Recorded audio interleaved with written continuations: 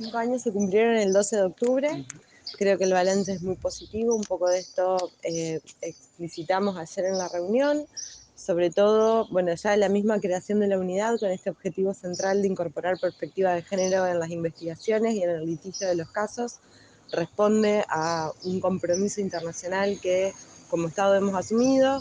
En estos 5 años son muchos los desafíos que hemos afrontado y el haber tenido una jefa de unidad inicial como fue la doctora Jiménez con toda su vasta trayectoria y experiencia, sobre todo en esta temática, porque ya fue una de las primeras en la atención de las unidades de violencia del viejo sistema, hizo que se pueda conformar un grupo humano muy lindo de trabajo, con profesionales muy buenas. La Fiscalía General, por su parte, diseñó una política de capacitación que se mantuvo durante estos 5 años a través de la Escuela de Capacitación, lo que ayudó a que las profesionales de la unidad se vayan formando en las distintas áreas.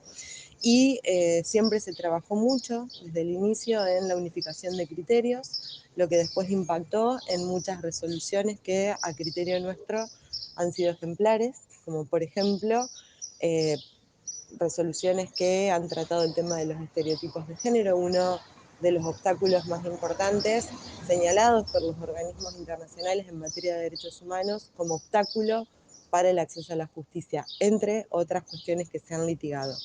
Por eso siempre digo que, aparte de los números, que también son importantes, a veces poder cuantificar o hacer esta comparación de cuánto entra, cuánto se resuelve, cómo se resuelve, etcétera, creo que la calidad del trabajo es lo que uno tiene que terminar destacando, porque no siempre resolver casos es lo más importante, sino también poder brindar calidad en estas resoluciones. Se dieron algunos cuestionamientos en torno, por ejemplo, a cómo se desarrollan las cámaras GESEL. Esto lo han planteado algunos abogados. ¿Qué criterios se toman al momento de hacer estas intervenciones?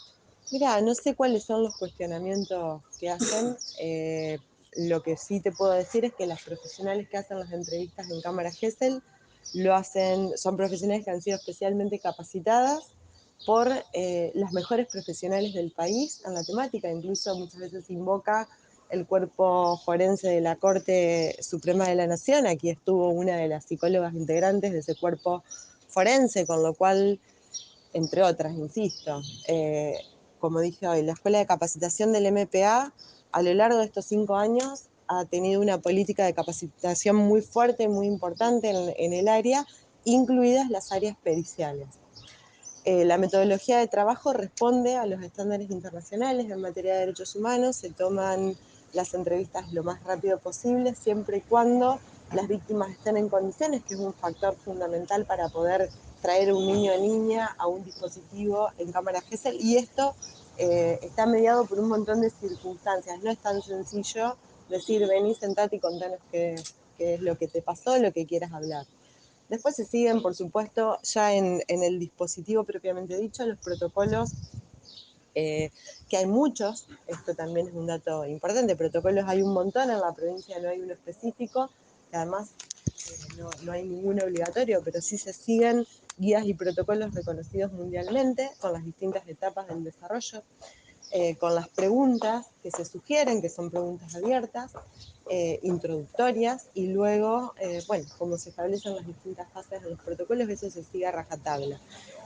Y de hecho, nunca, más allá de los cuestionamientos que vos me acabas de mencionar, nunca en los casos de juicio, sobre todo, ha habido alguna sanción, llamada de atención o alguna mención especial en las resoluciones de jueces y juezas de primera y segunda instancia en torno al desempeño de nuestras profesionales.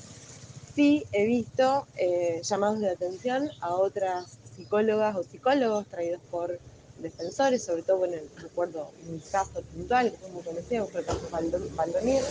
Eh, Ahí sí hubo un llamado de atención a un profesional psicólogo por su desempeño en el juicio, como cuestionamientos también en otras sentencias a profesionales que han tomado cámaras GESEL que no son del cuerpo de la Fiscalía o de la Agencia de Investigación Criminal. Doctora, desde que comenzó esta unidad a hoy, los casos han subido exponencialmente, porque se habla más, porque se denuncia más. ¿Cómo lo analizan ustedes? Hay un montón de factores que influyen en esto. Como siempre digo, es una opinión personal porque no hay un estudio que pueda medir de alguna forma que esto sea así como lo voy a decir, pero creo que algunos de los factores que influyen es, en primer lugar, el acceso que tienen las víctimas a poder denunciar, que es un acceso mucho más accesible, valga la redundancia, es mucho más fácil hoy presentarse en una comisaría, es mucho más fácil reconocer ciertos tipos de violencia que antes estaban invisibilizados o naturalizados y ni siquiera se reconocían como tales. Entonces, hoy el poder reconocer que una situación es violencia y que se puede denunciar aparte, creo que ha hecho una diferencia con lo que era la situación anterior.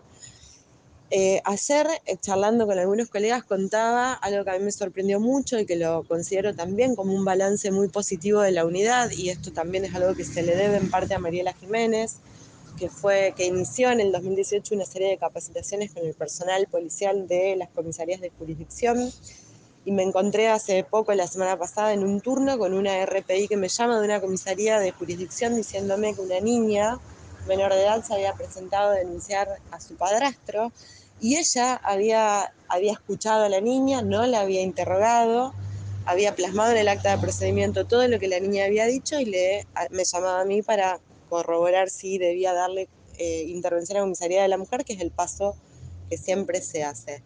Lo cual a mí me sorprendió mucho para bien, porque mostrar que hoy los niños se pueden presentar en una comisaría y decir, vengo a denunciar a mi papá. Quizás hace 20 años o menos iban y le decían, volvé a tu casa y vení con tu papá o con tu mamá, y esto es una diferencia en la calidad de la atención a las personas. Doctora, ¿cuántas personas se pudieron condenar en estos 5 años?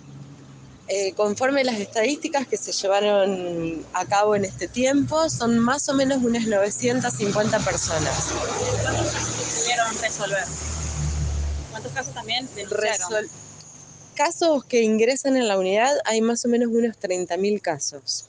Después tenés algunos casos que constituyen delito, otros que son violencias que no constituyen delito y por tanto se desestiman por atipicidad.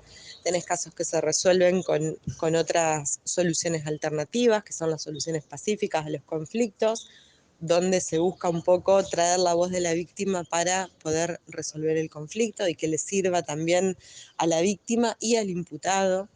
Se desestiman muchos casos cuando uno advierte que no va a poder obtener prueba, más allá de que el hecho pueda haber ocurrido. Digo puede haber ocurrido porque en esto también podemos entrar en toda una polémica de si el hecho ocurrió o no ocurrió. Pero bueno, la verdad es que a veces, por ejemplo, si tenés una nena de 2 años con plasma seminal en su ropa interior, no hay la menor duda de que hay un abuso. El tema es poder encontrar a la persona responsable y poder atribuir ese hecho. De esos casos tenemos varios. Con niños y niñas es muy difícil trabajar porque cuando son muy pequeños y muy pequeñas es muy difícil obtener un relato que pueda orientar de alguna manera la investigación.